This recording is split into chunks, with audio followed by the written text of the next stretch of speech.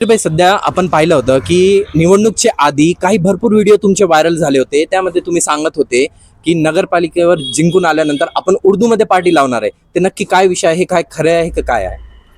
जवळपास एक 9-10 वर्ष अगोदरचा तो व्हिडिओ आहे. आणि मी जे आंदोलनं करतो, जे काही बोलतो, ते त्या सिनारिओमध्ये त्या कॉन्टेक्स्टमध्ये असतं. त्यावेळेला उर्दू भाषेला विरोध झाला होता आणि त्या उर्दू भाषेसंदर्भात काहीतरी एक प्रॉब्लेम झाले होते. माझ्या ते एक्झॅक्ट लक्षात येत नाही आता, पण मी त्याच्यावर आंदोलन केलं होतं. आणि त्या आंदोलनाच्या अनुषंगाने मला 2 पत्रकारांनी तो माझा व्हिडिओ घेतला होता. ती मोठी पूर्ण असं जवळपास तो 25 मिनिटाचा व्हिडिओ होता. परंतु या निवडणुकीच्या हिंदू मतांचं ध्रुवीकरण करण्याच्या अनुषंगाने तो व्हिडिओ जाणून बुजून त्या ठिकाणी आणला. त्या व्हिडिओमध्ये असं बोललो होतं की मी जुन्नर नगरपालिकेत सत्ता आमच्या हातात आली तर उर्दूमध्ये नाव आम्ही तिथं नगरपालिकेवर टाकू. तसंच त्यासोबत आम्ही असं सांगितलं होतं की बाबा ते मी तर माझा तो म्हणजे जुना डायलॉग आहे माझा, का माझ्या हातात हिरवा झेंडा आहे. आणि माझ्या हातात हिरवा झेंडा आहे तर आता बाळासाहेब ठाकरेमध्ये आमच्या हातात भगवा झेंडा आहे, उद्धव ठाकरेमध्ये माझ्या हातात भगवा झेंडा आहे, देवेंद्र फडणवीस आम्हाला भगवायचा अभिमान आहे. हे सगळ्या त्या बोलतात त्या वेगवेगळ्या कॉन्टेक्स्टमध्ये वेगवेगळ्या अँगलमध्ये असतात. परंतु ह्या सगळ्या गोष्टी जरी असल्या तरी हे आपल्या धर्माचं ते अभिमानाचं प्रतीक असतं. आणि त्याच्यात मी बोलतो आणि माझ्या वडिलांचं नाव अफजल खान आहे, त्यामुळे मी बोलतो माझा बाप अफजल खान आहे, अफजल खानाची औलाद नाही, असं नाही केलं तर, आणि माझ्या हातात हिरवा झेंडा आहे. या सगळ्या गोष्टी त्या कॉन्टेक्स्टमध्ये असतात आणि त्या वेळेला आम्ही ते बोलत असतो. परंतु ज्या लोकांनी हे सगळं केलेलं आहे ते अतिशय दुर्दैवी आहे. मताचं ध्रुवीकरण आणि मग त्या क्लिप व्हायरल करणे, तसेच स्टेटसवर ठेवणे आणि त्या अनुषंगाने मग त्याच्या काही मजकूर त्याच्यावर त्यांनी लिहिले. आता जर जुन्नर नगरपालिकेत सत्ता आली, यांची हिरव्याची सत्ता आली तर उर्दू शिका, तुम्ही उर्दूमध्ये नाव वाचायला शिका वगैरे वगैरे, असं करून त्यांनी जे हिंदू बहुल एरियामध्ये ध्रुवीकरण करण्याचा प्रयत्न या ठिकाणी करण्यात आलेला आहे. 100% निवडणुकीच्या नंतर त्यांना धडा शिकू. आम्ही आमच्याकडे सगळे व्हिडिओज त्यांचे जे पोस्ट आहे त्यांनी टाकलेले ते आम्ही घेतलेले आहे आणि राज्य निवडणूक आयोगाकडे आम्ही या सगळ्या तक्रारी करणार आहोत किंवा जुन्नर नगरपालिकेमध्ये तक्रारी करणार आहोत किंवा जुन्नर पोलीस स्टेशनला या सगळ्या तक्रारी आम्ही करणार आहोत. तर आता हा नंतरचा भाग आहे. परंतु माझं दुसरं म्हणणं आहे, समजा यदा कदाचित समजा परमेश्वर कृपेने झालाच मुसलमान नगराध्यक्ष जनतेतून, तर काय जुन्नरला भूकंप येणार आहे का? असं वादळ येणार आहे फार मोठं? काय होणार आहे? आम्हाला संधी द्या एकदा. हे जे याच्या मागे जेवढे होऊन गेले 100% त्याच्यापेक्षा 110% आम्ही चांगलं काम करून दाखवू. आणि चांगल्या पद्धतीनं कामकाज कसं असतं, प्रशासनिक कामकाज कसं असतं आणि कसं भ्रष्टाचार विरहित कामकाज असतं हे आम्ही दाखवून देऊ. आणि सगळ्यांना सोबत घेऊन, जुन्नरच्या प्रत्येक घटकाला सोबत घेऊन, प्रत्येक जाती धर्माला सोबत घेऊन, त्याच्यात पीडित, वंचित, दलित, आदिवासी, मुस्लिम, आलुतेबल या सगळ्या समाजाला एकत्रित घेऊन आम्ही कारभार करू आणि चांगला कारभार करून दाखवू या ठिकाणी. आणि याच्या मागे आपण बघितलं अनेक भ्रष्टाचाराचे मुद्दे या ठिकाणी झालेले, अनेक लोकांनी भ्रष्टाचार केलेला आहे. आणि त्या अनुषंगाने आम्ही हे सगळं सगळ्या बाबी बाजूला ठेवून एक चांगला उत्तम पारदर्शक कारभार या ठिकाणी आम्ही करून दाखवू. जर आम्हाला परमेश्वर सत्ता भेटली तर. आता ह्या जरतरच्या गोष्टी आहेत, त्याला टाईम आहे बराच. असं कधी झालं तर आम्ही म्हणजे असं त्याच्यात काय हे नाही बा. माझं असं म्हणणं आहे की जर असं झालं तर हा हिंदू मुस्लिमचा वादच संपुष्टात येईल जुन्नर शहरातून आणि कायमचा हद्दपार होईल. माझं त्याच्यापेक्षा म्हणणं असं आहे की माझी ही जी लढाई आहे, माझ्या लढाईचं नाव आहे अपना झेंडा अपनी क़यादत. म्हणजे आपणा स्वतःचं अस्तित्व, जुन्नरकरांचं अस्तित्व आणि जुन्नरकरांचं स्वाभिमान म्हणजे अपना झेंडा अपनी क़यादत. आता मला एक सांगा, जुन्नर तालुक्यामध्ये अनेक ग्रामपंचायतीच्या निवडणुका होतात, अनेक ग्रामपंचायतीच्या. त्याच्यात नारंगाव आहे, पिंपळवंडी आहे, आळेपाटा आहे, ज्या गावामध्ये मोठी मोठी ओतूर आहे, ह्या गावांमध्ये ज्या निवडणुका होतात, कधी आम्ही जातो का तिकडं? जुन्नरकर तिकडे जातो का? जुन्नरचे काही नेते मंडळी जातात तिकडं, असं करा तसं करा. पण इतरची मंडळी सगळी जुन्नरला कशी काय येतात? आणि जर जुन्नरच्या निवडणूक प्रक्रियेमध्ये येऊन इकडे ढवळाढवळ करतात. मग आमचा जो मुद्दा आहे का जुन्नरचा स्वाभिमान, आणि ह्याच मुद्दा घेऊन मी निवडणूक लढलेला आहे. जुन्नरचा स्वाभिमान. तिकीटा मागायला, भिका मागायला जातात तिकडं नेत्यांच्या बंगल्यावरती आणि तिथं तिकिटांची भिका मागतात. तर ही बाजूला प्रथा सोडून येणाऱ्या भविष्यामध्ये आम्ही 100% जुन्नरचे सगळे हिंदू मुस्लिम बसून जुन्नर कसं चालवायचं, जुन्नरचा स्वाभिमान आहे हा, आणि जुन्नरची लोक खऱ्या अर्थाने जुन्नर चालू शकतात हे मला दाखवून द्यायचं आहे.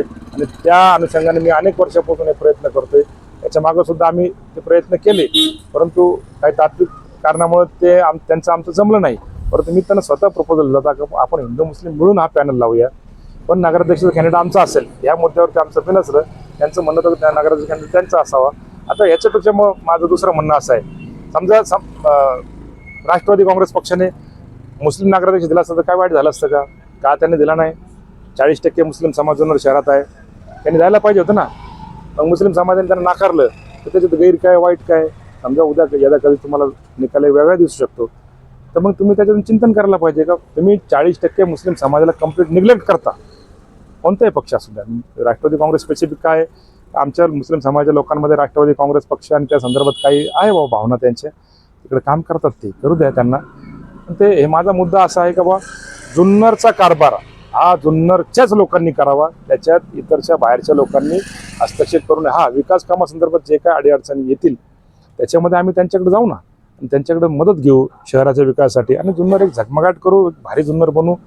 ऐतिहासिक जुन्नर आहे, छत्रपती शिवरायांची जन्मभूमी आहे, आणि याच्यामध्ये कुणाला असं वाटत नाही का जुन्नरचा कारभार हातात यावा. माझं तर म्हणणं आहे का जुन्नरचा कारभार जुन्नरकरांच्या हातात राहावा, आणि जुन्नरकरांनी जुन्नर असा आदर्श घडून यावा का तालुक्यात नव्हे, जिल्ह्यात नव्हे, महाराष्ट्रात किंवा देशामध्ये, जगामध्ये जुन्नरचं नाव व्हावं, अशी माझी प्रामाणिक इच्छा आहे. जमीरभाई, शेवटचा प्रश्न, येणारे 21 डिसेंबरला मतमोजणी होणार आहे, निकाल लागणार आहे, आपल्याला काय वाटते, काय परिस्थिती होणार आहे, कोण जिंकणार आहे, काय? 100% आम्ही जिंकणार, त्याच्यामध्ये काहीच शंका नाही. आता काय ते पुढे गेल्यामुळं ते आता त्यांना पेन आणि याद्या लोक घेऊन बसतात, ते आकडेवारी करतच आहे.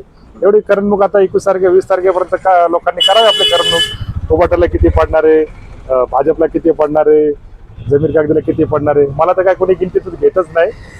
आपला काय विषयच नाही ते. आपल्याला काय आता मला तर सांगतात का लय झाले तर 1000 1200 1500 पंजा घेईल, पण 100% आम्ही दाखवून देऊ का पंजा आणि आमची काय ताकद आहे ते 21 तारखेला 100% दाखवून देऊ निकालाद्वारे. आणि खालची पण सीटं आमची 100% काढून देऊ, तुम्हाला खात्रीपूर्वक सांगतो. लोकांनी निश्चिंत राहावं आणि 21 तारखेला जल्लोषाची तयारी करावी. जय हिंद, जय महाराष्ट्र. धन्यवाद जमीरभाई. तसेच ह्या ज्या निवडणुका झालेल्या आहेत, या निवडणुकांमध्ये ज्या ज्या लोकांनी वंचित, पीडित, दलित, आलुते बलुते, ह्या ज्या लोकांनी, तसेच माझा मुस्लिम समाज हा प्रचंड तडपेने यांनी मतदान केलेलं आहे. ज्या लोकांनी, ज्या मतदारांनी आमच्या प्रभागामध्ये, आमच्या संपूर्ण जुन्नर शहरामध्ये माझं आणि माझ्या पॅनलचं काम केलं आहे, माझ्या मित्रपरिवाराचं काम केलेलं आहे, त्या सगळ्यांचं म्हणजे मला असे 100 फोन आहेत जे फोनमध्ये रडत आहे अक्षरशः माणसं का, म्हणजे मला विनोद करण्यासंदर्भात ते रडत आहे अक्षरशः. म्हणजे असे भावनिक लोक माझ्यासोबत जोडलेले आहे, आणि यांचे मी मानावे तेवढे आभार. माझा सायलेंट वोटर आहे माझा. आम्ही पैसे वाटत नाही साहेब. कोणी 40 लाख वाटले, कोणी 50 लाख वाटले, आमचं 0 बजेट काम असतं. पण आमची भावना, आम्ही कोणाच्या सुखात जात नाही एक वेळेस, परंतु दुःखात मात्र नक्की 100% त्याच्या पाठीशी उभं राहतो.